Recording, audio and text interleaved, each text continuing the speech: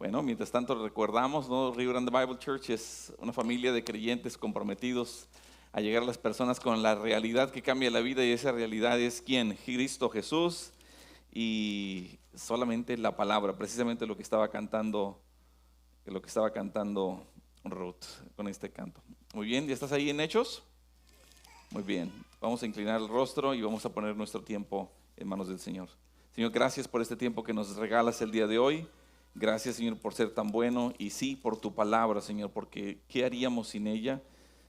Estaríamos sin rumbo, Señor, y estaríamos sin perdición. Gracias, Señor, por proporcionarla, y el día de hoy que sea tu Espíritu Santo, Señor, utilizándola y haciendo una obra de gracia que tanto necesitamos en nuestros corazones. En Cristo Jesús, amén y amén. ¿Ok? Gloria al Señor. ¿Están bien? ¿Estarán hechos? Eso, muy bien. Vamos a empezar hoy un viaje maravilloso a través del libro de Hechos, y creo que si nos vamos al ritmo más o menos que tenemos contemplado, pudiera ser que casi todo el año que viene podamos profundizar, acercarnos a este gran libro de Hechos de los Apóstoles. Así le dicen algunos, ¿verdad? Y bueno, no olvidemos la misión, haciendo discípulos de Jesús que hacen otros discípulos. ¿Hasta dónde? Hasta la última de la tierra. El tema del día de hoy es continuando la obra de Cristo. Continuando la obra ¿de quién? De Cristo. Dice la palabra de Dios en Hechos, versículo 1 del capítulo 1, dice: en el primer tratado, oh Teófilo, ahí si acaso quieren buscar un nombre para un niño, ¿verdad? Que vengan en el camino. Aquí está uno muy bueno, vale la pena. Ahorita les voy a decir por qué. Teófilo, hablé acerca de todas las cosas que Jesús comenzó a hacer y a enseñar hasta el día en que fue recibido arriba, después de haber dado mandamientos por el Espíritu Santo a los apóstoles que había escogido, a quienes también después de haber padecido se presentó como vivo con muchas pruebas indubitables, convincentes, apareciéndoseles durante 40 días y hablándoles acerca de ¿qué? Del reino de Dios. Y estando juntos les mandó que no se fueran de Jerusalén, sino que esperasen la promesa del Padre, la cual les dijo: oísteis de mí. Versículo 5 dice: porque Juan ciertamente bautizó con agua, mas vosotros seréis bautizados con el Espíritu Santo dentro de no muchos días. William Mitchell Ramsey vivió allí, está la fecha de su nacimiento, y cuando fallece en 1851 a 1939, se cuenta de él por R.C. Sproul, que R.C. Sproul fue un teólogo y pastor estadounidense y que también fue fundador y presidente de un ministerio que se llama Ligonier. Tenía un programa de radio también que se llamaba Renewing Your Mind, y él está hablando acerca de William Mitchell Ramsey en sus escritos, y en esa historia hace mención de este hombre que fue un escéptico sobre el cristianismo, es decir, no creía en Cristo, no creía en Dios. Y también en esta historia se cuenta de que Ramsey, él tomó la decisión de hacer un viaje y hacer los viajes misioneros de Pablo. Seguramente ahí en tu Biblia, ya la mayoría los tienen, en la parte de atrás tienen los mapas de los viajes misioneros de Pablo. ¿Quién tiene uno de esos ahí en su Biblia? ¿Sí? ¿No? ¿Nadie tiene esos mapas? Ahí hay uno que sí tiene mapas. Les recomiendo que se compren mapas. No, pues es que ahora ya estamos todos digitales, ¿verdad? Ya estamos acá con el iPad, con el con el iPhone, ¿verdad? Pero si has visto una Biblia que tiene los mapas de los viajes misioneros de Pablo, bueno, este hombre, William Ramsey, dijo: yo no creo en el cristianismo, yo no creo en Cristo, yo no creo en Dios, y es más, voy a hacer un viaje, porque soy un arqueólogo de los más reconocidos en el mundo de aquel entonces. Voy a hacer un viaje para descubrir que no hay nada, que no existió. Pero ¿qué creen? Este hombre se puso a buscar cosas que pudieran ser descubiertas, que pudieran encontrar alguna evidencia para decir él y regresar después de un largo viaje y decir: sabes que no existe tal cosa de la Biblia, no existe tal cosa de Cristo, de un Jesús resucitado. Entonces él se fue a buscar ruinas y fue a buscar gobernantes, magistrados en diferentes ciudades. Agarró, te digo, esos mapas de los que se creía de viajes misioneros de Pablo, y dijo: yo tengo que comprobar de que Jesús no existió. yo tengo que comprobar de que esto del cristianismo es una locura.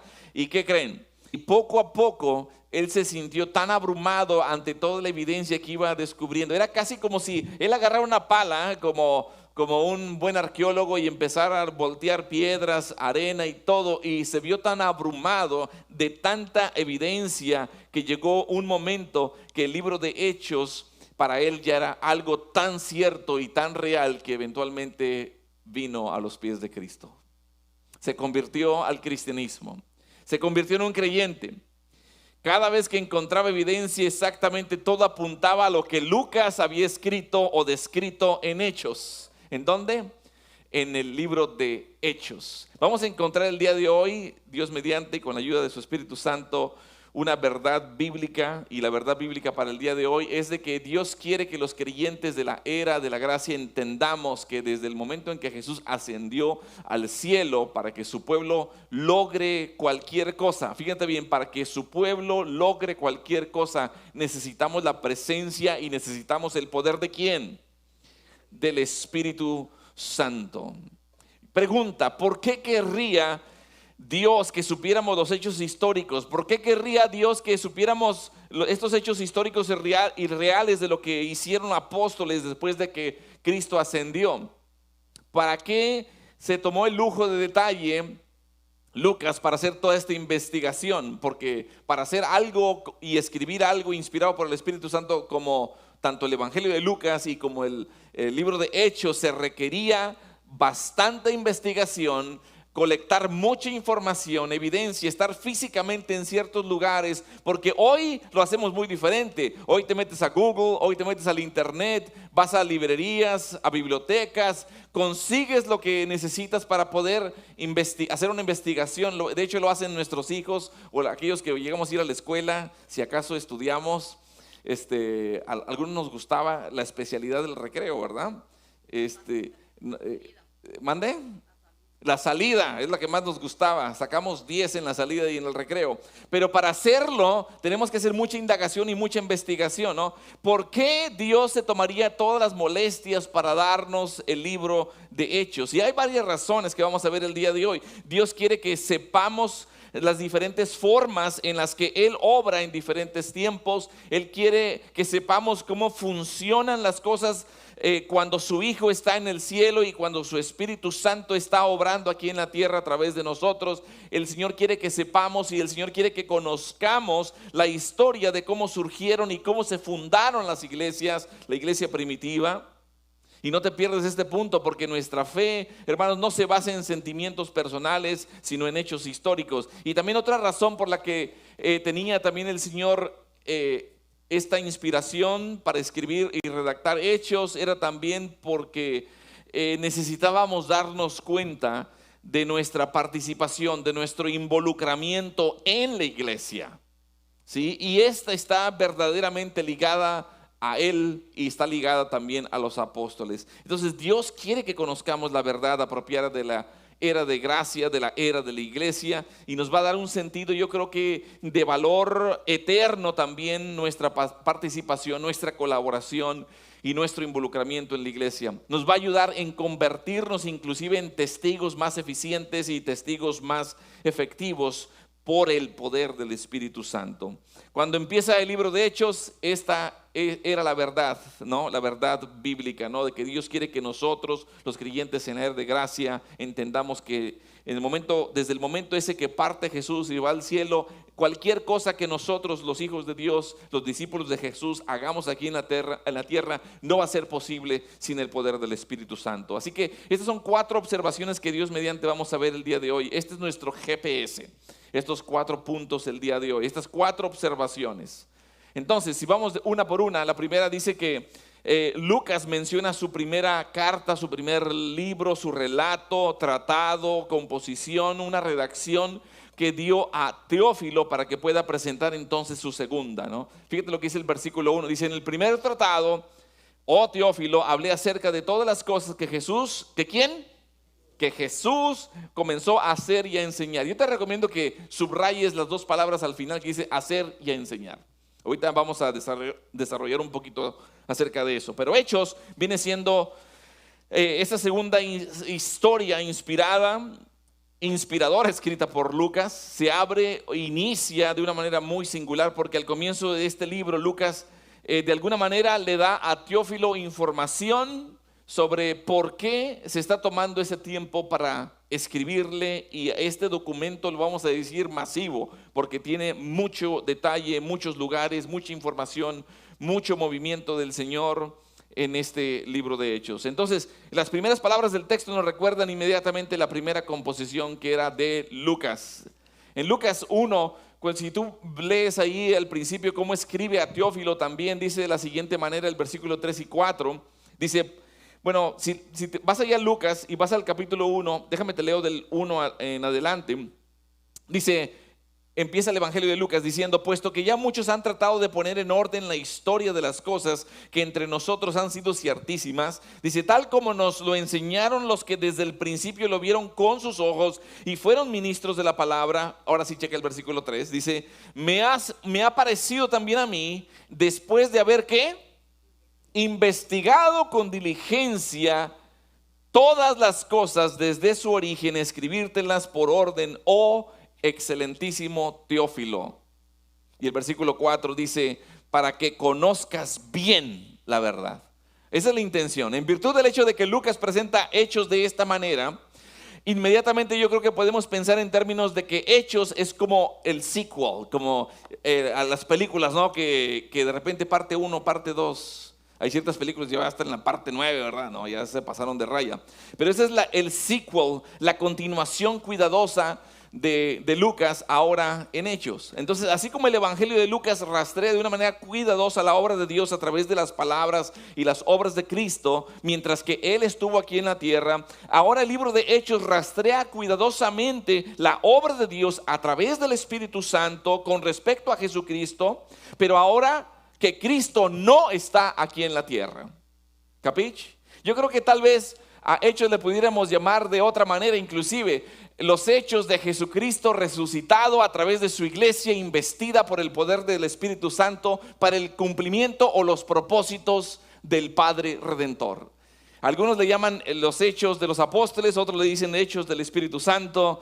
Pero yo creo que cuando avancemos a través de Hechos, vamos a encontrarnos de que aquí encontramos los hechos de Jesucristo, de Jesucristo resucitado, a través de nosotros, a través de su iglesia, investida con el poder del Espíritu Santo, pero para el cumplimiento de los propósitos del Padre Redentor. Vamos a ver que esta es la continuación de la obra de Jesucristo. No era como que Jesucristo vino, murió, fue sepultado y resucitó conforme a las Escrituras y luego se fue y ya dijo, ya me voy.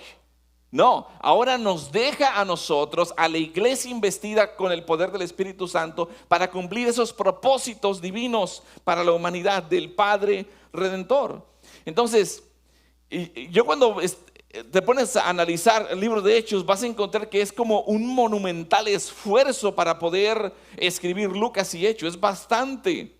Para escribir la historia se debió requerir mucho esfuerzo, pero tuvo que aquí Lucas dedicarse el tiempo a registrar nombres, tiempos específicos, lugares, ciudades específicas, abordando esto, pero con el Espíritu Santo inspirándole para que ahora tengamos este libro. Cuando tú lees el libro de Hechos, vas a comenzar a darte cuenta de que la historia tiene significado. Y muy significativo, porque Dios tiene un plan para su iglesia y la desarrolla y la sigue desarrollando hoy día. Me pareció bien, después de haber pasado un tiempo en oración y haber sido tan bendecido después de estos 5 domingos con un enfoque misionero, que a propósito no se olviden que tenemos el gran reto y desafío y privilegio y honor de colaborar en la obra misionera. Así que si todavía tienes el deseo de participar con una promesa de fe, hazlo, no pierdas esa gran oportunidad. Pero yo creo que después de esos 5 maravillosos domingos que fueron de bendición, y muchos hermanos me lo han dicho, hoy podemos empezar el libro de Hechos para darles sentido a lo que creemos, ¿no? Pero hermanos, Lucas y Hechos van a ser unos materiales para estudiar, para leer en tu devocional, en tu vida, en tu estudio bíblico. Simplemente va a ser de gran bendición. Lucas y Hechos. Te lo recomiendo, esos dos léelos, van a ser lo mejor que puede suceder en cuanto a unos libros del Nuevo Testamento. Pero hermanos, fíjate bien, me recuerdo de James Montgomery Boyce. Él fue un teólogo y maestro de la Biblia, ministro y conferencista, y él estaba diciendo en su comentario de Hechos, precisamente, decía: Dios está llegando a la masa de la humanidad caída, está salvando a algunos hombres y mujeres obstinados, es decir, aquellos que están empecinados, que están determinados en lograr lo que ellos quieren a cualquier precio, ¿no? Pero llevándolos a una nueva comunión que es la iglesia, en la iglesia, y comenzando a obrar en ellos de tal manera que la gloria sea traída a Jesucristo. Ahora, hermanos, quiero enfatizar este punto crítico. Nuestra fe, lo mencioné hace ratito, no está basada en sentimientos, no está basada en experiencias. No son experiencias religiosas, como por ahí algunas canciones dicen. No se trata de eso. Nuestra fe se basa en hechos históricos y bíblicos relacionados con el Jesucristo resucitado. Si no, léete 1 Corintios capítulo 15. Entonces, hermanos, vamos a ver como segunda observación que Lucas escribió Hechos ¿para quién? Para Teófilo, ¿no? Allí en el versículo 1 dice: en el primer tratado, oh Teófilo. Ahora, el nombre de Teófilo significa amigo de Dios o el que ama a Dios. Por eso te decía que si acaso de repente viene por ahí un camino, un hijo o viene un nieto, podría ser un buen nombre para utilizar. Hasta en inglés se escucha bonito, Theophilus. Theophilus. Entonces el nombre Teófilo significa amigo de Dios, el que ama a Dios. Y aunque esto fue escrito específicamente para un hombre que tenía este nombre, este libro de Hechos es para cualquiera que ame a Dios. Este libro es para cualquiera que ame a Dios, y particularmente para cualquier gentil como nosotros que ama a Dios. Amén. Era costumbre, ¿no?, que una persona adinerada patrocinara a veces a alguien un proyecto, permitiéndole investigar y escribir libros, como fue en el caso de Hechos, ¿no? Se requería inclusive un rollo que dicen algunos comentaristas por ahí que pudiera haber medido hasta unos 35 pies de largos. Ya cualquier material que pudiera, un escrito que fuera de más de 35 pies de largo, ya sería muy difícil para cargar y para mover y llevar de un lugar para otro. Pero esa era como la longitud más larga de un pergamino. Ya sería muy difícil llevar algo mucho más grande. Pero en la época de Lucas no había empresas editoriales como hoy día. Aquellos que se han dedicado a escribir ciertos libros, buscan ciertas editoriales y buscan ciertas maquinarias, tecnologías de impresión, etcétera. Y usualmente también hay un patrocinio para las finanzas de un proyecto literario. Pero haya sido a lo mejor posible de que a Teófilo a lo mejor haya participado por ahí.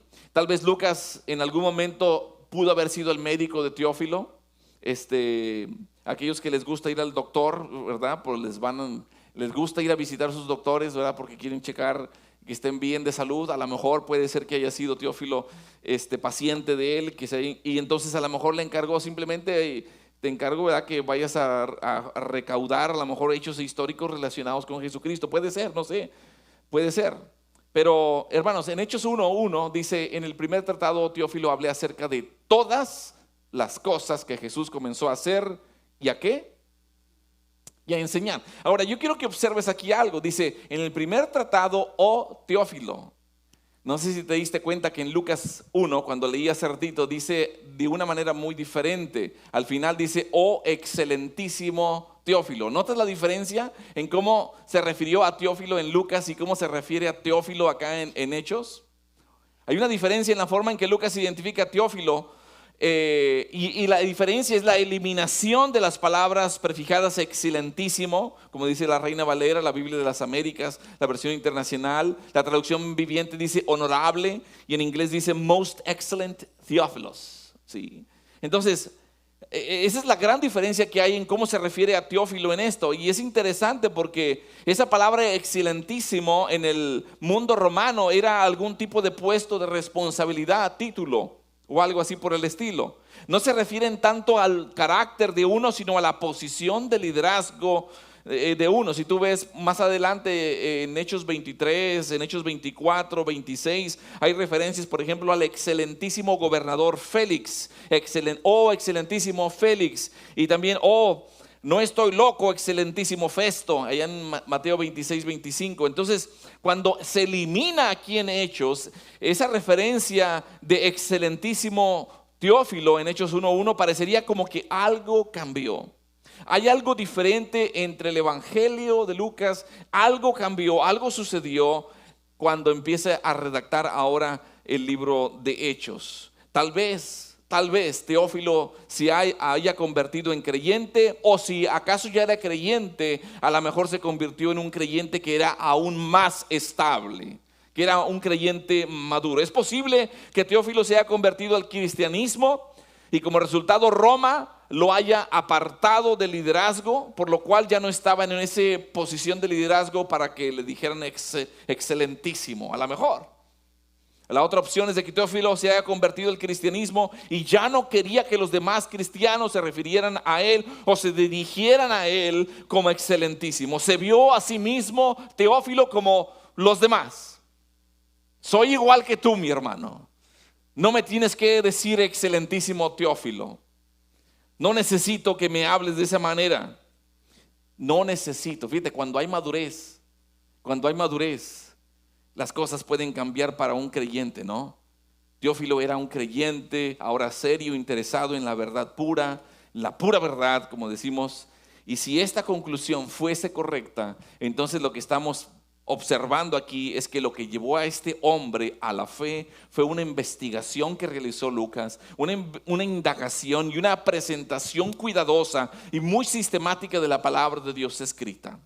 El doctor Lucas, porque era doctor, acuérdense, no era un tonto, no era un ignorante, tampoco lo era Teófilo, pero Lucas de una manera tan cuidadosa indaga todo, recauda todos los hechos, toda esta investigación, y si es así, entonces podemos concluir que el poder para transformar corazones,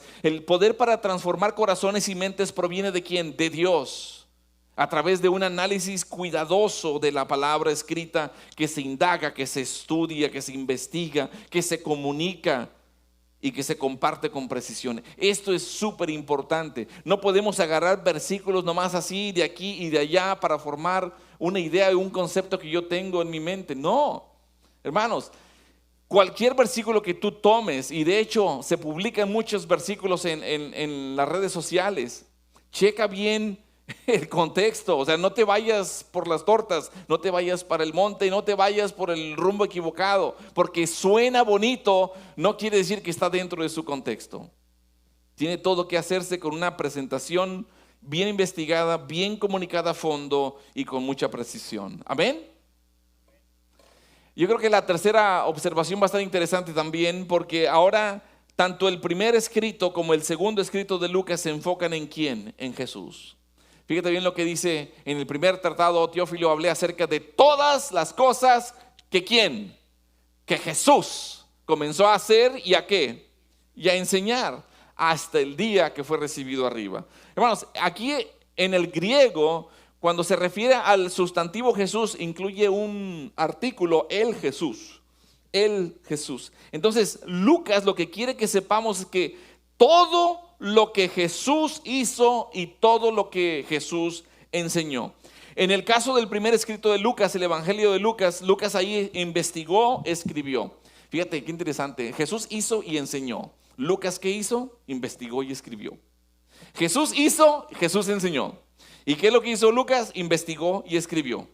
Para instruir a Teófilo sobre todo lo que Jesús comenzó a hacer y comenzó a enseñar desde el momento en que nació físicamente hasta el momento en que fue llevado a la gloria. Ahora, en el caso de este segundo escrito, Hechos, Lucas continúa la historia de todo lo que Jesucristo estaba haciendo, pero por el poder del Espíritu Santo y a través de sus apóstoles, ahora que ya no está físicamente.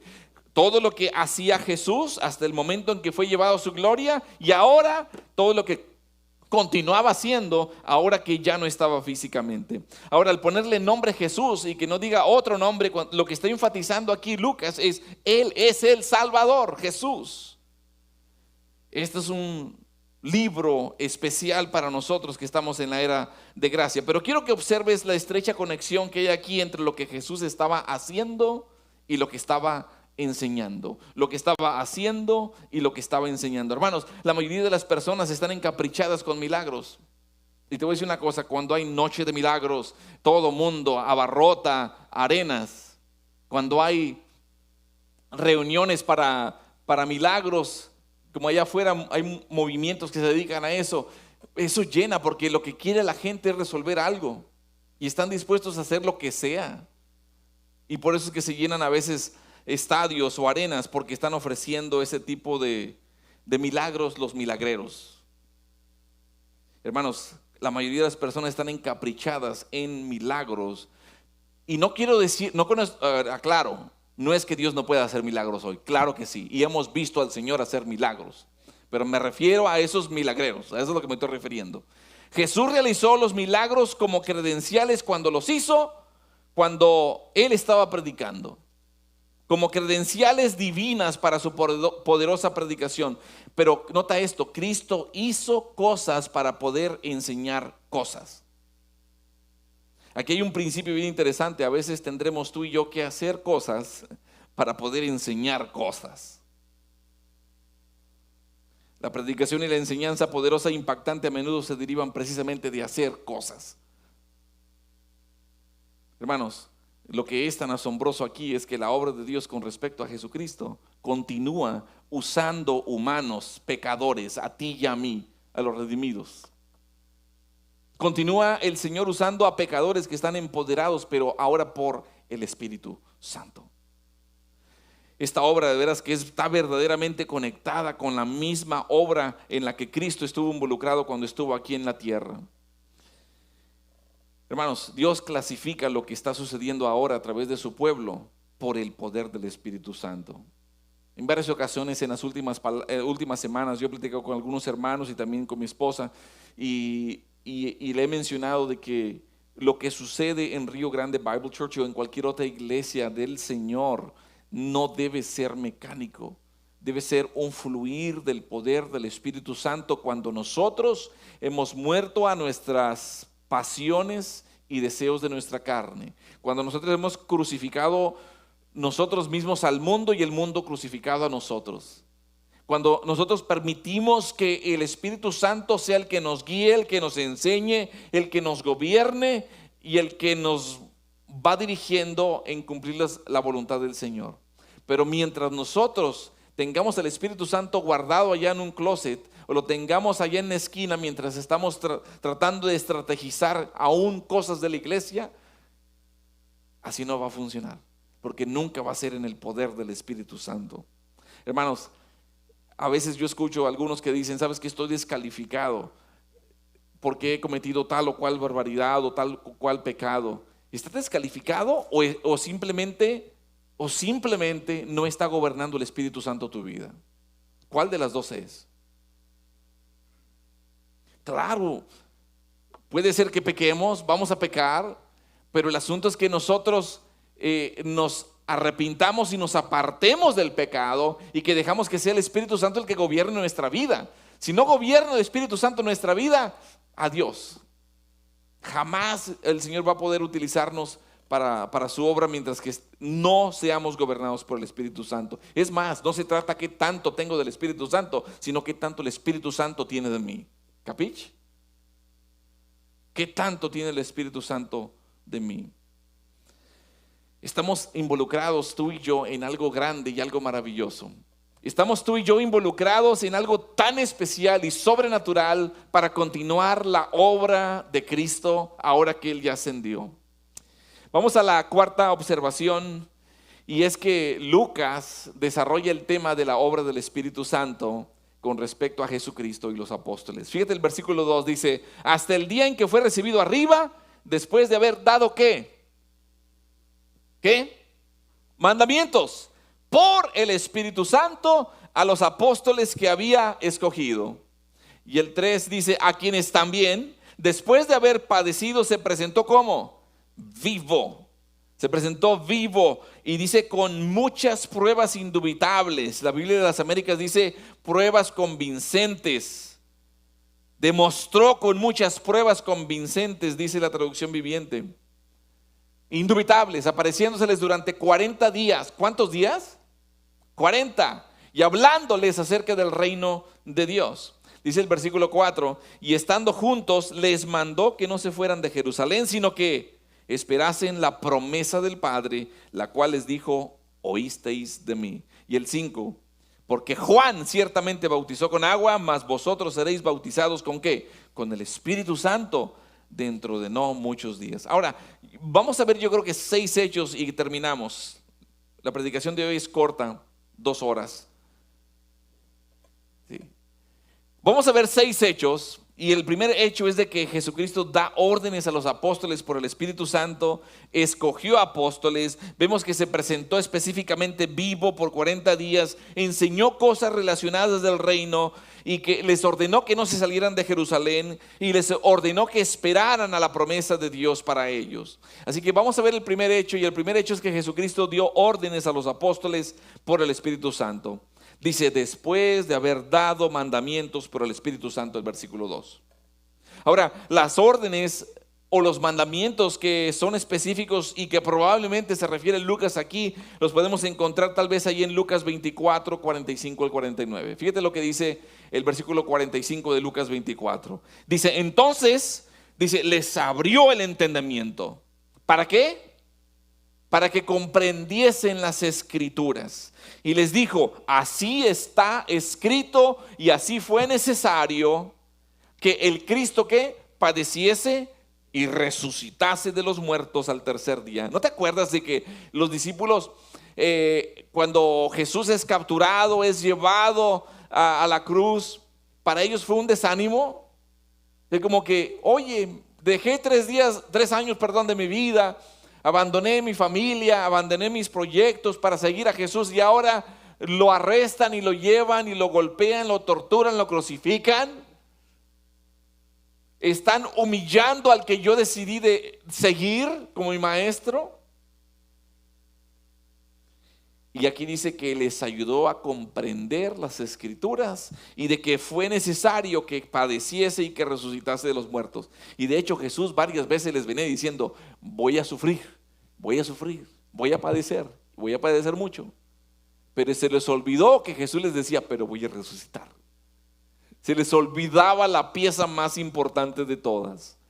Dice el versículo 47, aparte de que era necesario que Cristo padeciese y aparte de que resucitase de los muertos al tercer día, dice, y que se predicase ¿qué? En su nombre, ¿el qué? El arrepentimiento y el perdón de pecados. Hermanos, qué maravillosa noticia para el ser humano, para el hombre pecador, que hay arrepentimiento, entonces hay perdón de pecado. Pero dice que ¿en dónde va a ser esta predicación? ¿En dónde? En el McAllen, ¿así dice?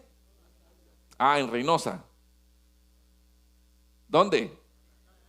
Dice en Dona, dice. Sí, alcanza Dona también la gracia de Dios, claro que sí. Dice que en todas las naciones, que venimos escuchando por 5 domingos seguidos, hasta lo último de la tierra, ¿sí? Que se predicase en su nombre el arrepentimiento y el perdón de pecados en todas las naciones, comenzando desde Jerusalén. ¡Wow! ¡Qué maravilloso! Y vosotros sois ¿qué? Testigos de estas cosas. He aquí, yo enviaré la promesa de mi Padre sobre vosotros. ¿Sobre quién? Sobre vosotros. Pero quedaos vosotros en la ciudad de Jerusalén hasta que seáis investidos del poder desde lo alto. Hermanos, el versículo 47 dice que Jesucristo les enseñó a estos apóstoles, y les enseñó que el perdón de pecados se podía encontrar solamente por la fe en Él. Hermanos, el perdón de pecados existe. Hay gente que no se puede perdonar ciertas cosas que han cometido en la vida, pero sabes una cosa, ve a la fuente de todo perdón, ve al Padre de todo perdón y Dios te perdona. Tenemos que arrepentirnos, tenemos que proceder al arrepentimiento. Es más, Dios es paciente para con todos, no queriendo que ninguno perezca, sino que todos procedan ¿al qué? Al arrepentimiento. Tenemos que llevar y predicar en su nombre este arrepentimiento y el perdón de pecados en todas las naciones, comenzando desde Dona, comenzando desde McAllen, comenzando desde Far, comenzando de Reynosa, comenzando de donde estemos, comenzando de Monterrey, comenzando de Dominicana.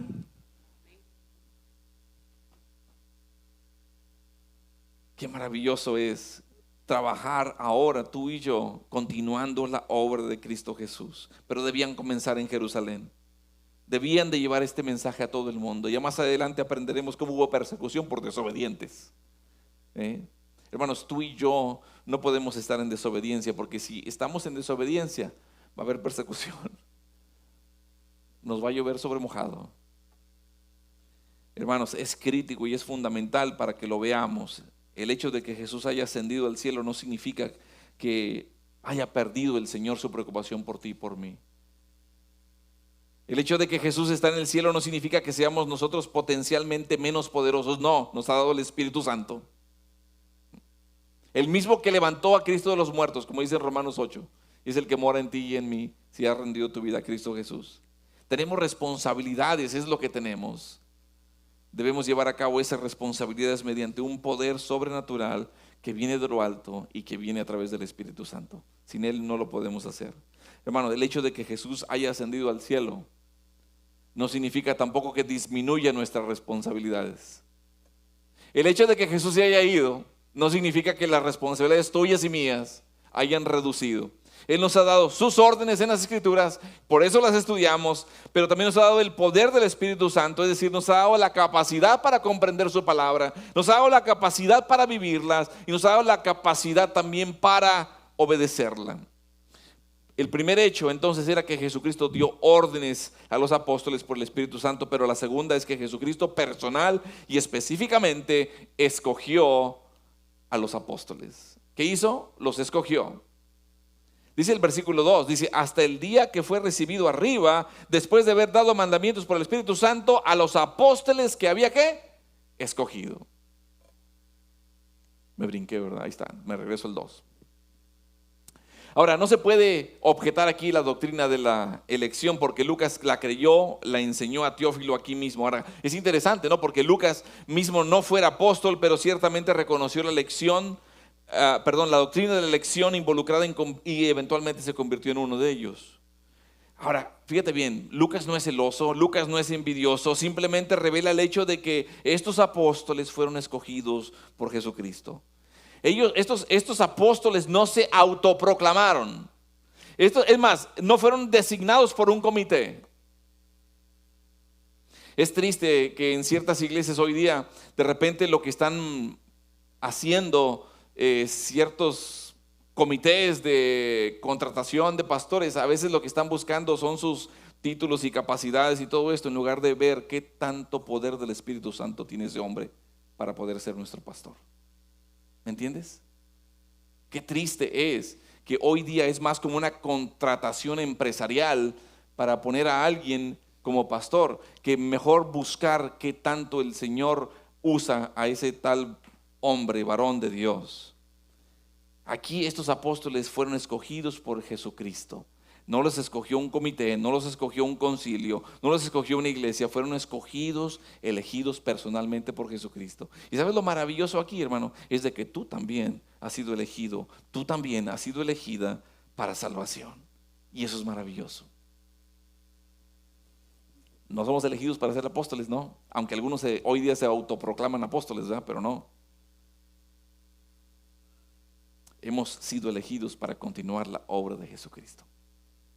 Hecho número 3, Jesucristo se presentó específicamente vivo a los apóstoles por 40 días después de su sufrimiento. Fíjate lo que dice el versículo 3, dice, a quienes también después de haber padecido se presentó vivo, con muchas pruebas indubitables, por 40 días, y les hablaba acerca del reino de Dios. Ahora, aquí hay un punto bien importante. El cristianismo bíblico es una comunidad de fe histórica. Histórica que se basa en el hecho histórico de la resurrección de Jesucristo. Si Jesucristo no hubiera resucitado, entonces fuera vana nuestra fe. La resurrección de Jesucristo. Ahora, no somos una religión basada nosotros en filosofía, no somos una religión nosotros basados en una idea, nos basamos en un hecho histórico, y el hecho histórico es de que Jesucristo resucitó. Porque si nos ponemos a analizar las religiones falsas que hay allá afuera, casi todas y cada una de ellas pueden existir sin su fundador. Por ejemplo, el mormonismo continúa sin Joseph Smith o Brigham Young. El budismo continúa sin Buda. El Islam continúa sin Mahoma, pero no es así con el cristianismo. el cristianismo bíblico, sin nuestro Salvador resucitado, para ser más precisos y específicos, el cristianismo bíblico se derrumba. Y es por eso que es tan importante que entendamos el hecho histórico de que Jesucristo resucitó de entre los muertos, está vivo y Él reina. Jesucristo está vivo y reina. Hello. Hermanos, era crítico que Jesús pasara tiempo con sus apóstoles, sus discípulos, después de este sufrimiento y resurrección. ¿Por qué? Porque Él estaba a punto de irse, estaba a punto de ascender, y era el momento para hablar 40 días con ellos, pasar un tiempo, aparte de esos 3 que tuvo con ellos, ¿verdad?, de preparación. Pero estos 40 iban a ser súper especiales, porque iba entonces ahora a enviarlos a ellos a la era de la iglesia. Iba a ser la responsabilidad ahora de estos apóstoles de informar al mundo acerca de la resurrección de Jesucristo. Y aparentemente en todos estos 40 días les dio muchas pruebas convincentes de que Él estaba vivo. Pruebas. Es interesante, ¿no?, que aquí Lucas no usa la palabra señales, ¿verdad? Como por ejemplo en Juan se utiliza mucho. Utiliza la palabra pruebas indubitables, pruebas convincentes. Señales son cosas que tú ves y que observas. Pero si tú te acuerdas, hubieron muchos milagros que también Jesús hizo, pero no significaba que todos iban a creer.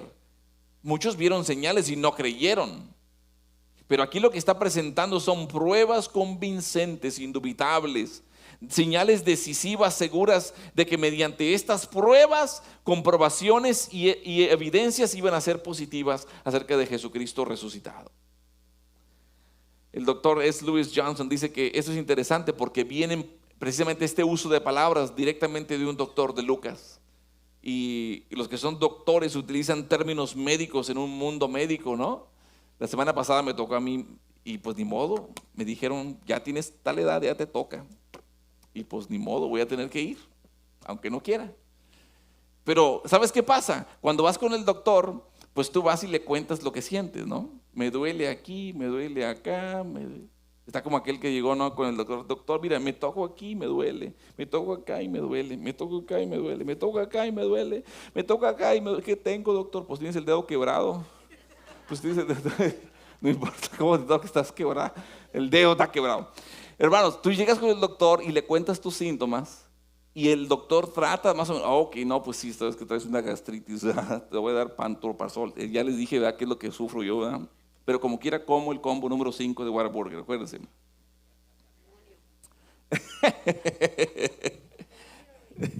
Con onion rings, ya sí saben.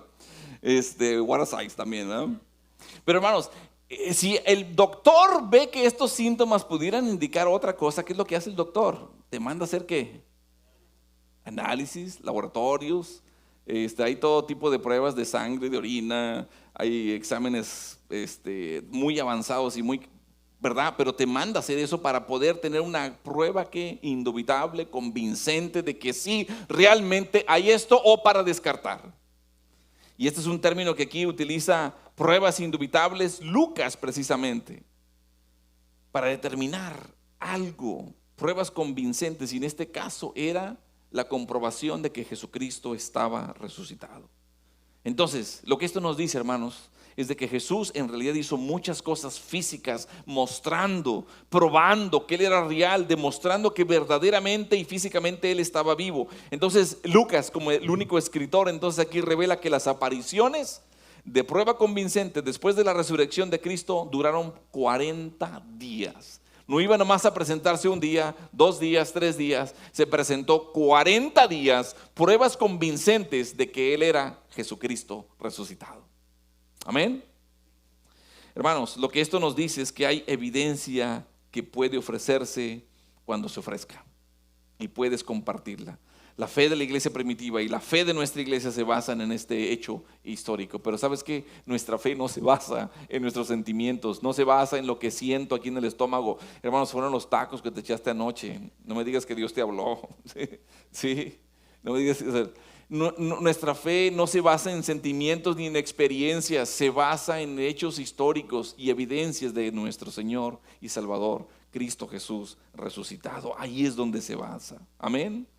Léete 1 Corintios capítulo 15, te lo encargo de tarea. Ahora tú te pones a pensar, ¿qué sería más importante? ¿No sería más importante entonces de que Jesús, en lugar de presentarse 40 días con los apóstoles, ¿por qué mejor Él no va y se presenta con todos? ¿Por qué no va ante las masas? ¿Por qué no va con mucha gente? Y mejor les muestra ahí, mira, aquí están mis manos, aquí está mi costado, mira, soy yo. ¿Por qué no hizo eso Jesús? ¿No sería eso más impactante a lo mejor? Pues ¿qué creen? No. Nosotros necesitamos entender algunas cosas aquí, hermanos. Dios no hace nada ni habla a los que se burlan de Él. No hace nada por aquellos que no creen en Él. Dios no revela tampoco nada a un mundo que se burla de Dios y que rechaza a Cristo Jesús. Solamente Dios va a hacer grandes cosas y va a mostrar grandes cosas a aquellos que creen y están cerca de Él. Por eso, cuando tú vienes y buscas al Señor en su palabra, en la congregación, Dios va a empezar a revelarte cosas y a manifestarse en tu vida, porque estás hablando con el autor de la palabra escrita, con el mismo Señor. Amén. Hermanos, hay muchas iglesias hoy día que cometen unos errores tan garrafales, y son errores teológicos, porque piensan que su trabajo es crear un ambiente que sea welcoming, seeker sensitive, que sean sensibles a aquellos que están buscando supuestamente a Dios y quieren hacer un teatro a veces en la iglesia. Quieren no ofender con ciertas palabras, no quieren hablar, es más, no hablan de pecado. Tengo un amigo pastor que, de hecho, fíjate qué lamentable, pues aparte de que él era director de alabanza, él era pastor, estudiado y todo preparado, un pastor, pero cuando estuvo en cierta iglesia, no en este estado, fue fuera de este estado, él cuando dirigía la alabanza, la dirigía con la Biblia en mano. ¿Y sabes qué? Le dijeron, no queremos que estés dirigiendo con la Biblia en mano. Y él se quedó sorprendido. ¿Y sabes qué la razón le dieron? La razón que le dieron fue porque eso puede ofender a la gente que está buscando y se está conectando por el internet para buscar una iglesia. ¿Qué? No quieren ofender. Entonces hoy muchas iglesias cometen un error teológico fatal cuando piensan que es el trabajo de acomodar las cosas para que la gente pueda venir. La palabra de Dios le llama pecado lo que es pecado. Y la palabra de Dios dice que hay una condenación y que hay muerte para el pecado, no hay otra. Y que sin Cristo vas a un infierno. Es tal cual. Pero también la palabra de Dios enseña que hay perdón, que hay gracia, que hay misericordia para aquel que se arrepiente y busca al Señor. Sin embargo, hasta que uno se tome en serio lo del arrepentimiento, el arrepentimiento de pecado, cuando uno se toma en serio el creer en Cristo y conocer a Dios a través de su palabra, entonces Dios no va a revelar nada. Mucha gente posee Biblias, de hecho, pero muy pocos realmente verán y entenderán cosas maravillosas y profundas de estas Biblias. Hermanos, la tarea de Cristo fue sufrir. La tarea de Cristo fue morir, pero la tarea también fue de Cristo resucitar. Por eso se presentó vivo por 40 días. Pero nuestra tarea, la tuya y la mía, es contarle a la gente que hay perdón, que la obra de la iglesia que te pertenece a ti y a mí es una continuación de la obra de Jesucristo. Arrepentidos, el reino de los cielos se ha acercado. Hecho número 4, Jesucristo enseñó específicamente a los apóstoles cosas relacionadas con ¿qué? Con el reino. Fíjate lo que dice el versículo 3. Respondió Jesús y le dijo, de cierto te digo, cuando estaba platicando con quién, ¿te acuerdas? ¿Con quién estaba platicando? De cierto te digo que el que no naciere de nuevo no puede ver el reino de Dios. ¿Con quién hablaba? Con Nicodemo. No sé cómo se diga en inglés, no sé. Con Nicodemo. Pero hermanos, Jesucristo enseñó específicamente cosas relacionadas del reino, y aquí precisamente él estaba diciéndole a Nicodemo la clave. No puede ver el reino de Dios aquel que no naciere de nuevo. El reino de los cielos. Y fíjate, en Juan 3:18, más adelantito, dice, el que en él cree, ¿qué? No es condenado. ¿Cuántos creen en Cristo Jesús de los que están aquí? Hermano, tú no eres condenado. Dice, pero el que no cree, que ya ha sido condenado porque no ha creído en el nombre del unigénito Hijo de Dios y por lo tanto no puede entrar al reino de Dios. Hermanos, qué maravillosa obra del Espíritu Santo hizo en ti y en mí. Qué maravillosa obra hizo la palabra de Dios en ti y en mí, de convenciéndonos de pecado, de justicia y de juicio. Que vimos su gracia, vimos su misericordia, vimos su amor, ¿sí? Y nos llevó con su benignidad al arrepentimiento. Gracias, Señor, por esa obra. Hecho número 5, ya terminamos. Bueno, este y uno más. Jesucristo reunió específicamente a los apóstoles y les ordenó que no salieran de donde, de Jerusalén. Dice, y estando juntos, el versículo 4, estando juntos les mandó que no se fueran de Jerusalén, sino que esperasen la promesa del Padre, la cual les dijo, oísteis de mí. Hermanos, cualquier iglesia, incluyendo la nuestra, tiene sus raíces históricas en Jerusalén. Consideremos los detalles de esta ciudad la próxima vez. Lo que podemos observar, yo creo que aquí es la obra de Dios ocurre en ciudades específicas. El Señor hace cosas específicas en Donham, en Weslaco, en McAllen, en Hidalgo, en Reynosa. El Señor hace cosas específicas en Far, hasta lo último de la tierra. Aquí se menciona una ciudad muy en particular y específica. El hecho número 6. No lo tengo ayer, yo pensé que lo había puesto en la presentación. El hecho número 6, que Jesucristo reunió específicamente a los apóstoles y les ordena esperar la promesa de Dios para ellos. Hermanos, el versículo 5 dice, porque Juan ciertamente bautizó con agua, mas vosotros seréis bautizados ¿con qué? Con el Espíritu Santo. Y dice, dentro de no muchos días. Ya en las próximas semanas vamos a ver ese momento en el que llegó. Pero hermanos, necesitamos que nos enseñen. Necesitamos que verdaderamente lleguemos a comprender cualquier cosa que hagamos por Dios, que no va a venir de nuestra propia carne, sino que va a venir por el poder del Espíritu Santo. No hay otra manera. Hacer algo en el ministerio no va a venir por nuestras fuerzas. Podemos hacer que las cosas funcionen. Ciertas personas tengan ciertas capacidades o ciertas habilidades y que hagan esto y que hagan aquello. Puedes hacer que las cosas funcionen mecánicamente, pero no van a funcionar con el poder del Espíritu Santo. Es más, en tu vida y tu vida espiritual, sin el Espíritu Santo, no va a funcionar.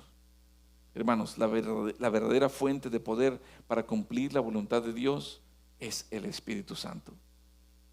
Los apóstoles necesitaban el Espíritu Santo, pero tú y yo ya tenemos el Espíritu Santo. Amén. Ponte de pie.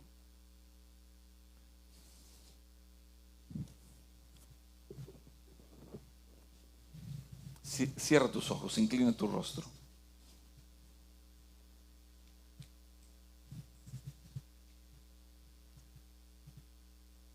El Espíritu Santo estaba a punto de lanzar a los apóstoles a la era de la iglesia. ¿Y qué era? Esta era que es hasta el día de hoy. La clave para ti y para mí, mi hermano, mi hermana, como individuos, como iglesia, es que logremos cosas poderosas en esta nueva dispensación de la era de gracia, pero es en nuestra relación con el Espíritu Santo. Dices tú, es que el Espíritu Santo es lo que tengo yo contristado. Bueno, hoy es el día para que tú le pidas perdón a Dios. Hoy es el día en que le puedas decir, Señor, ahí donde estás ahí, te pido perdón. Porque he convertido el cristianismo en una religión. Porque, Señor, obro más en mi carne en lugar de obrar en el Espíritu Santo.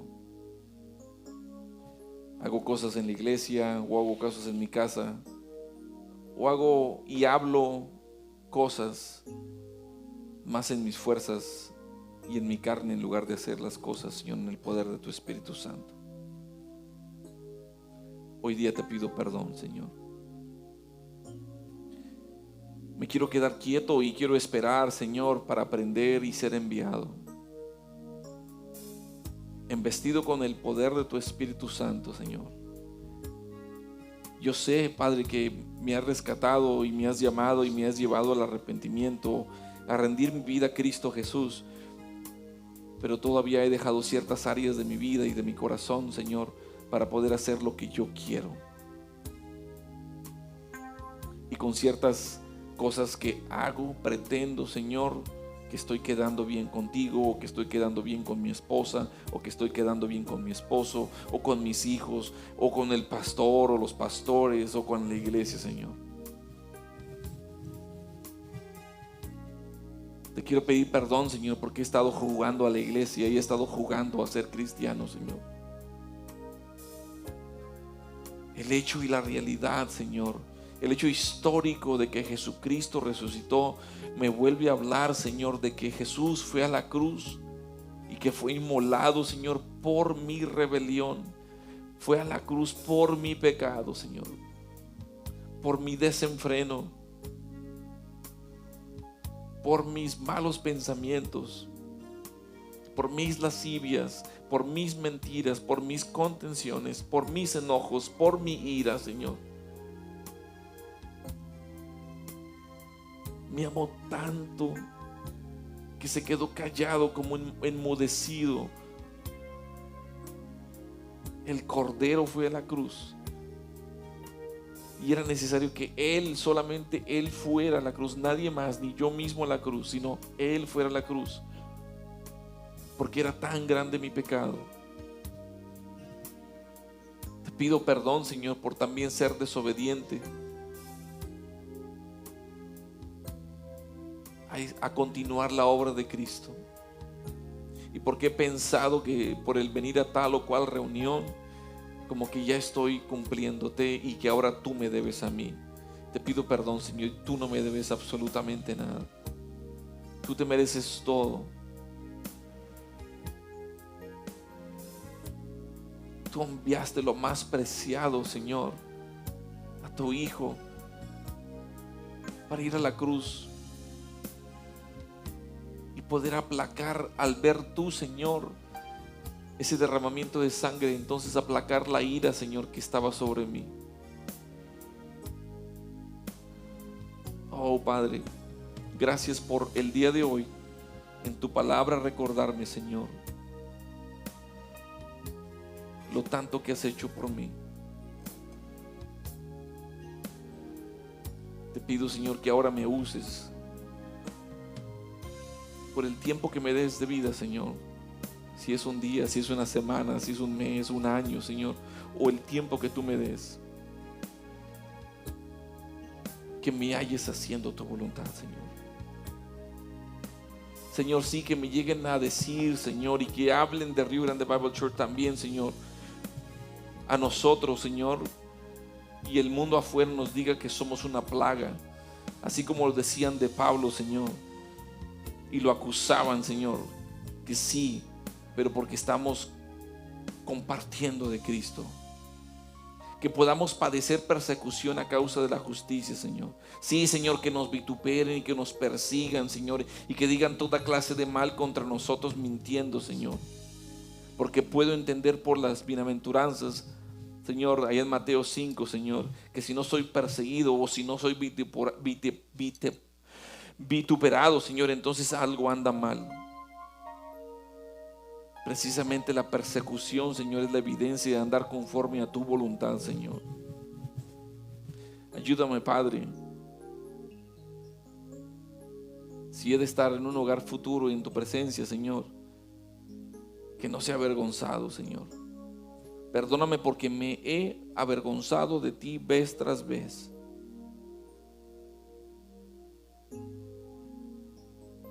Que mi trabajo sea, Señor, glorificarte a ti, declarando y demostrando, Señor, al Jesucristo resucitado. Que podamos apuntar a la gente a la gracia, a la misericordia y el amor de Cristo, Señor. Que podamos ver el Evangelio avanzar y la iglesia, Señor, pueda construirse, Señor, sin importar el viento cultural que nos llegue a nuestras espaldas, a nuestra cara, Señor, como lo podemos ver cada día. Necesitamos de ti, Señor. Necesito de ti, Señor. Hoy entiendo, Señor, que me has elegido, me has escogido, Señor, para continuar esta obra de Cristo. Gracias, Señor, por ese privilegio. Y es en el nombre de Cristo Jesús, el nombre que es sobre todo nombre, que hoy te doy gracias. Gracias por tu grande amor. Amén y amén. Cristo vive, hermanos. Mañana que vayas a trabajar, mañana que vayas a la escuela, donde estés, habla de Cristo resucitado. Es más, que tu vida refleje que tú crees en el Jesucristo resucitado. Que lo que tú haces, tus hechos, lo que tú hablas, que la gente puede decir, ahí va uno que cree en el Jesucristo resucitado.